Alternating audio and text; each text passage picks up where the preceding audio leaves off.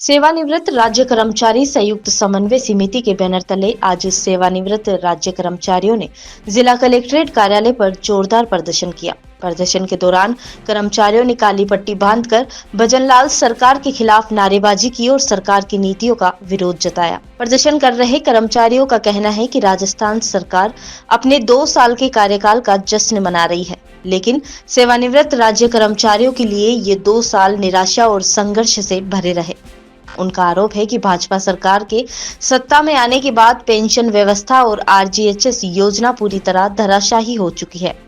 कर्मचारियों ने यह भी कहा कि पेंशन से जुड़े मामलों में लगातार देरी हो रही है और आरजीएचएस योजना के तहत इलाज की सुविधाएं पहली जैसी नहीं रही, जिससे बुजुर्ग कर्मचारियों को गंभीर परेशानियों का अक्सर सामना करना पड़ता है।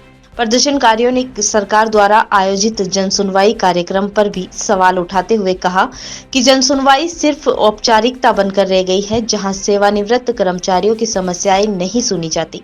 दूर दराज से आने वाले लोग बसों में धक्के खाते हुए पहुंचते हैं, लेकिन उनकी सुनवाई नहीं होती। कर्मचारियों ने चेतावनी दी है कि अगर सरकार ने जल्द उनकी मांगों पर ध्यान नहीं दिया तो आंदोलन को तेज किया जाएगा। देखिए, राज्य सरकार अपने 2 साल का जश्न मना रही है।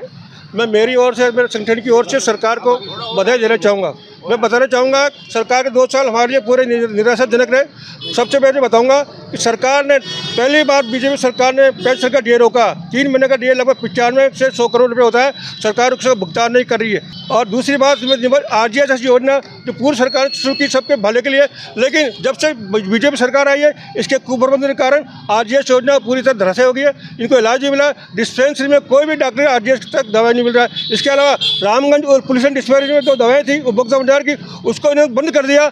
कुल मिला के पेंशन को परेशान करने का काम सरकार कर रही है।